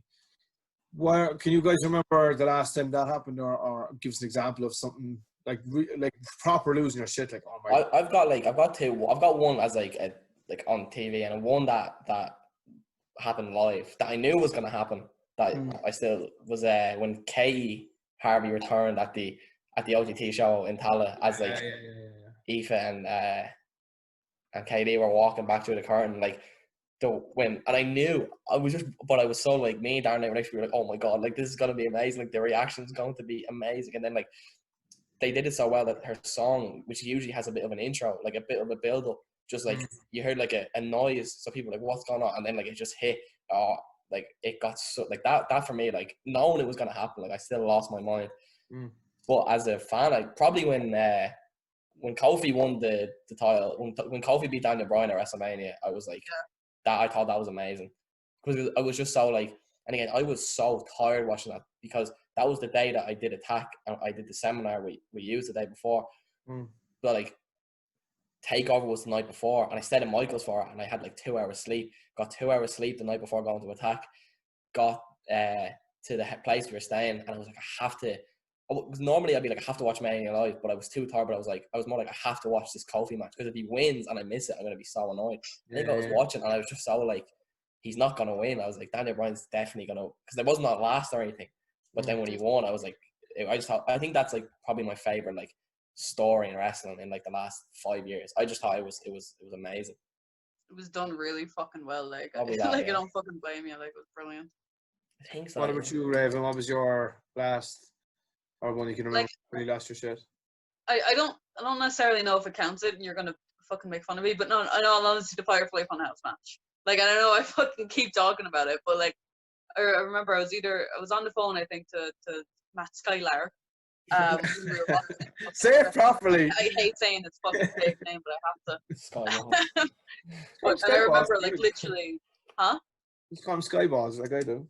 Big bad Skyballs. I remember being on the phone to him, and I was literally like, every few seconds, I was like, oh my god, that was so fucking clever, and oh my god, that's what he meant by that, and like, I was literally like marking out like every moment. Like, when he did the weird NWA fucking Hulk Hogan thing, I thought that was fucking brilliant. But like, when he came out as like Dr. Tugonomics and they were doing everything, I was like, all the details, I was like, oh my god, this is fucking brilliant. And it literally was. Like, John Cena's my favorite wrestler of all time. Go ahead. He'd be my number two. He's my number one for all time. Did you actually not know that, Bedlam? Of course I knew that. You fucking you used to turn up to every CCW show with merch for Lars to raffle off. Well, I had so much John Cena merch and I couldn't pay for training, so yeah, I just got rid of all my fucking John Cena merch to pay for training, and I fucking regret it. But yeah, anyway, just like seeing him like that and basically seeing like a history of his career, I was like, oh, this is just the best fucking thing ever. My first ever mark-out moment. I think that's a big reason why I liked it as well, because like you're saying there, for me, like John Cena would be like my number two, but like as a growing up, he was like my hero. So like it was. Who's your favorite? So Jericho would be my number one. That's fair. But it was more like because he kind of, when I started to understand wrestling, like before I got into when I started, I was like, oh no, he's like I was like, he's the best, like by far. John Cena's my favorite, but I do think Chris Jericho is probably one of the best of all time. Like Jericho's what made me want to start, but like John Cena's like, I have the more like John Cena t-shirts and like wristbands and posters in my room than like anyone, because like, he was my hero as a kid. He still would be one of my favorites. What are you gonna say? When was your first time you? Oh no, just my first one was just the first WrestleMania I watched when The Undertaker versus Triple H at WrestleMania 28 in Hell in a Cell. Oh, that was so good. It's my favorite match of all time. And it was just specific. Like I just remember, like it was like I was in my sitting room fucking watching this match at like 2 or 3 a.m. Like trying not to wake up my mum because I was the only person in my house fucking watching it. And I remember like the fucking like Shawn Michaels super kicking The Undertaker. Oh yeah, that was it. I was like, that's it. Yeah. And it was 1, 2, kick out. Like Shawn Michaels sold it for some fucking reason. And I remember like jumping on my couch and like putting my hands over my face, going, "Oh my god, I can't fucking believe that." I think that was like because I never really thought like Undertaker was gonna lose, but I remember when that happened, I was like, it's like that's it. I didn't think it either until like there was near falls, and I was like, oh my fucking god, it's so fucking close. Like it was just such a good match. They were great series of matches. The two with Triple H, the two with HBK with The Undertaker. They were fucking. Oh yeah. One other time as well that just came to mind as like when I was talking about Kofi, and this was like, it wasn't like a result of a match or anything. Like it was when it was happening. It was the Shield wrestled Evolution at Extreme. They had 2 matches, but it was one they had at Extreme Rules. Yeah. And because I love Batista, like Batista would be like right behind Cena for me again, because that's like that was my era. And I remember like I just didn't get like the hate from. I was like, how could you hate Batista and all? But like obviously I was like mad about the Shield, and I don't even train in like a year then. I remember watching this match, like it gets mad chaotic, like they start going into the crowd and stuff. And this is when I was like, because I was a year in, I was like, yeah, like I know everything. Like I was trying to spot, like, you know, when are they doing stuff, you know, trying to spot the insider stuff. And I remember they were brawling, and Orton had reins, and he kind of went like, he kind of looked up like that, and I was like, what is he doing? And then he kind of did it again. I was like, what is going on? And then just like Rollins just came flying from like the top of whatever he was looking up at. And I remember I jumped out of my seat. I was like, oh my god, like this is amazing. Yeah, that was big. That and Kofi winning the title would be like my out of like recent memory. Wrestling, this is great, lads. It's absolutely wrestling's class. Yeah. Welcome back to part 3 of this podcast. We're here talking with LJ Cleary.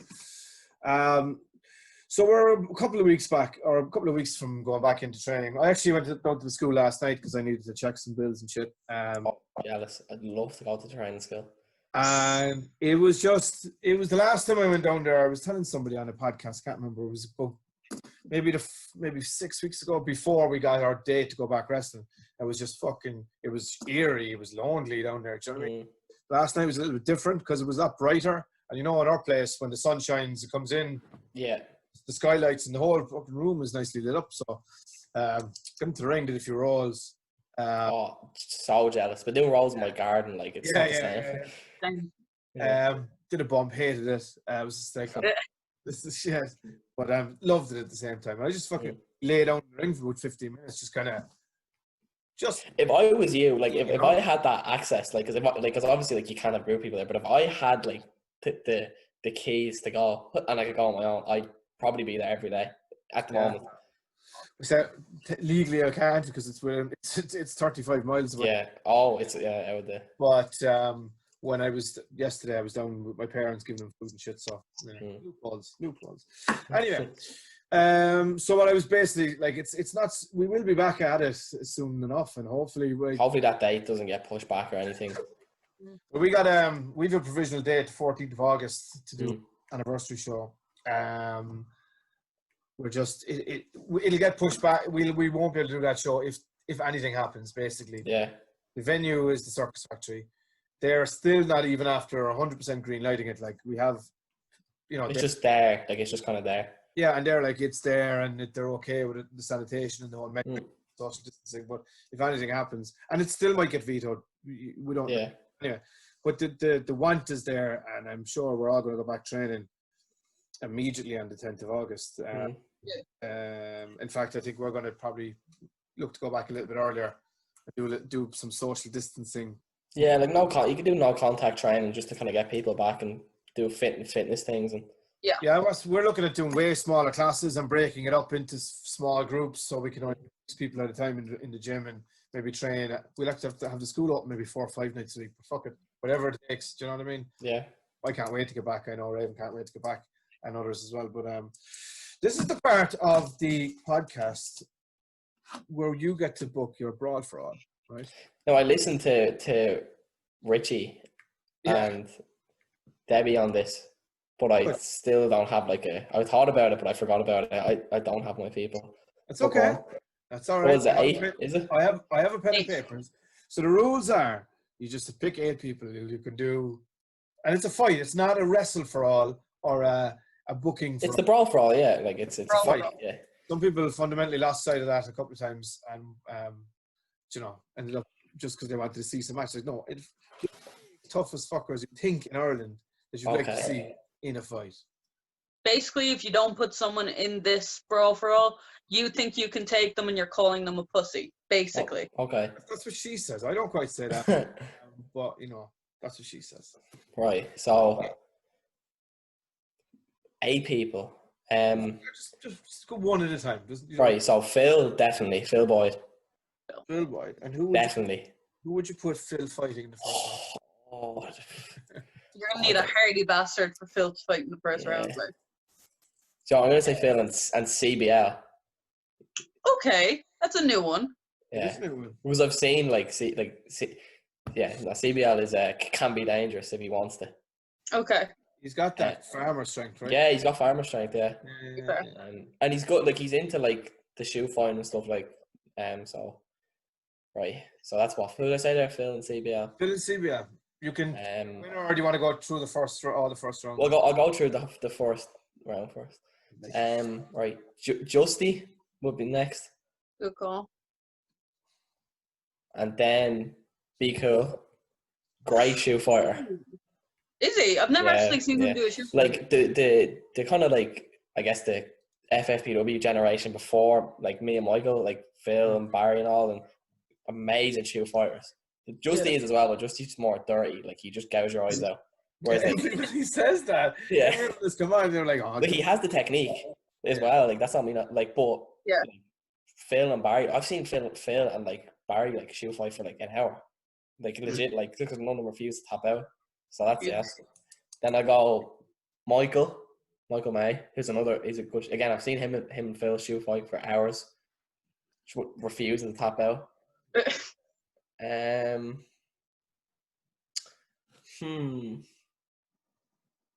Maybe Sammy D. I think that's another new person to this. That's someone hasn't mentioned. Sammy I think he could So the Brawl for All, obviously you can go to the ground and you can shoot and stuff. But I think in a fist fight that Sammy D could beat nearly anyone in the country. I believe. Why do you believe that? I just he's just he just bash it 100%. I just know he hasn't bashed me now or anything. So I've got one match left. I don't know. See, they're those 6 there are the ones I'll always go to. Shoe fight. Oh, don't know who's good down there for you. Give me. This is your. I mean, you've been to Cork more than fucking anyone. Haven't. Yeah, I need who's because there's unexpected ones. You're oh Barry, and he's really good. So there's probably someone in Cork that I wouldn't think that is good, and then is. Oh my days. Well, who wouldn't you like a punch off, basically? Well, anyone, but okay. I'm trying to think. Maybe I'm trying to think. Probably take a punch off Flint, but you wouldn't like to take one off. Yeah. Right? I'm trying to think up Belfast and stuff as well. I'm trying to think of a Belfast versus Cork match, but I can't. All right. I'm gonna say Belfast. I'm gonna say Tron, just because of the size. That's fucking fair, to be honest. Sometimes you just can't fuck with people because they're too big. Someone from Cork. Yeah, I'd say Steve Savage is quite. I'd say he could maybe teach up. Steve Savage is all looks, but you're allowed to think whatever you want to think. I'd imagine he definitely gave a few swirlies and stuff in school. Few swirlies. Yes, he definitely gave. Yeah, he, like put someone like you ever watch like American Pie and or any of those American high school movies? Like the bully always gives the nerd swirlies, like puts his head down the toilet. Like Steve Savage definitely gave a few. Savage. Actually, Steve Savage used to be the fat kid. So. Yeah. And then he turned into the tattooed, good-looking fucking billionaire playboy or whatever the fuck he is. Like. Good looking, is it? Ooh. Raven thinks Steve Savage is good. I'm not allowed to. Oh, fuck off, you dumb bitch. Is that my 8 there? Plus, he's from Limerick, and they you know what I mean? He could cheat and stab someone. Do you know what I mean? True, that's fair. Oh, he's not even from Cork. Yeah, I just know. Like he's just like to me. He's one of the Cork. That'll do. Yeah. So you Phil CBL, Justy Be Cool, Michael May, Sammy D, Tron versus Steve Savage. There's some new people in here actually. So first match, Phil and CBL. CBL would put up a good fight, but Phil would school him. Yeah, I think that's fair. Barry and Justy, that's a tough one. I'm gonna say Justy, just because I think I think that Barry is probably a little bit more skillful, just a little bit. As in, like I'd say they're both quite evenly matched, but like Justy would be on top of him and trying to like scratch him and stuff, and like Barry would like catch something like a hand and like bend it, but Justy would like try spit on him or something, and I think Barry would be like, "Oh, what are you doing?" and then take advantage. So Justy. Then Sam and Michael in a shoe fight, in a fist fight. I think Sam. I think, but I'm gonna say Michael in a shoe.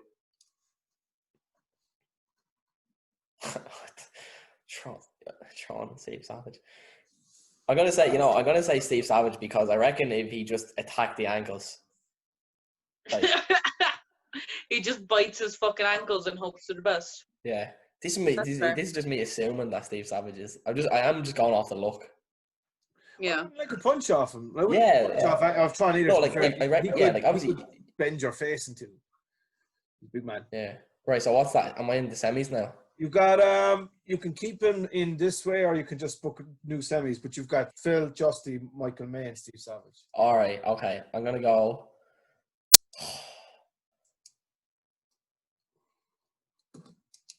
Right. Go Phil and Steve Savage. I'm gonna say Phil wins. Okay, why? He's just like he actually is really like good at them. He's called Steve Savage a bitch. He's compared to Phil, yeah. Fair. Yeah. Don't really want to punch off of Phil, to be honest. Raven, someone in one of their brawl for all, someone put me against Phil, and I can't remember why. But I think that's a really unfair fight. And then what's that? Justy and Michael. See, that to me it's kind of back to like the Barry Justy, like. Yeah. Michael's quite scared, like Michael did jiu-jitsu and stuff, like he knows what he's doing. Whereas again, like, but Justy's just so dirty. Yeah. But I'm just gonna say Michael because I have no reason. Because I would like to see the reaction of Justy if Michael beat him. Okay. He wouldn't be happy. No, he would not. So we've got Phil Boyd versus Michael May. And again, I've seen this so many. Like I've seen this a lot. Like as in, like it'll last like honestly like 40 minutes because neither of them will give in. But there is always a winner though. There is. We're gonna have to push you. We're gonna have to push you for a winner here. I'm gonna say Phil. Phil would win, but like, why do you think he'd win? Because I've seen them. I've seen them do that before. Yeah. Michael has won, I think, but I think Phil's won more times. Okay. I think so. Yeah. Okay. There you have it. There you have it. Do you think that there's anyone in that you could beat in a fight? Anyone in the entire tournament? No. No, you don't think so? No, I don't think I could beat many people. You don't think that you can take Tron? No. I don't think I could beat many people in the fight. Really? No. Maybe, yeah. No. Oh, you know what I should have put in there? Martin Stairs is actually a really good shoe fighter. He's good. Is he? Yeah, well, that's too late anyway. But Phil, my winner. Too late. The like if we wanted to be fighters or whatever, we'd be fucking boxing or. Yeah. I used to be really good. I used to be really good at actual fighting, and then I gave up actual fighting to do wrestling. I did kickboxing and stuff for a while, but I was just doing it until I was old enough to start wrestling. I didn't really want to. Yeah. I did karate for like 8 years, and I did boxing and all that shit. But like, I played hurling, which is technically boxing, really. Like when you think about it. You did what? I played hurling, which is technically fighting when you think about it. Basically, yeah. But then when I started wrestling, I forgot how to actually fight. And I think that if I had a fight now, I'd like have to put on makeup first and like put on my gear before I do anything. Yeah. To do a street fight. You'd be like sticking my tongue out and doing a promo beforehand. You'd be calling to fight to somebody in the ring going, fucking hate stiff, hey, listen up. Yeah. Fucking very stiff. Yeah, I think so. Come here to me. Listen, thanks very much for joining us, LJ. This was a pleasure. It was really nice chatting to you. I really enjoyed it. Thanks for having me. No worries at all. A pleasure, boy. Hopefully we'll see you soon on August. All going well. Fingers crossed. Yeah, I hope so. Get the show on and get you down. Love to see it. Can't wait for a car journey again. I'm looking forward to a wrestling car journey. Yeah. What you call it told me, or always tells me that you text him a minute there's a card announced. Yeah. Yeah, just is there a space in your card? Like, I haven't even been booked yet. It's like, are you in? Yeah. It's just the way I am with promoters as well. Like I just want to get sorted, get out of the way, know what's up there. You're always a consummate professional. Anytime I've dealt with you, from everything from your wrestling to the way you approach it. And I've always said to people who talk about you that you're the one person I've met that I reckon will be their own promoter in the years to come. Like, so I'm ready. Maybe. In years to come, if you're not in WWE already or whatever like that. Anyway, see what happens. It's been a pleasure. See you soon, my friend. See ya.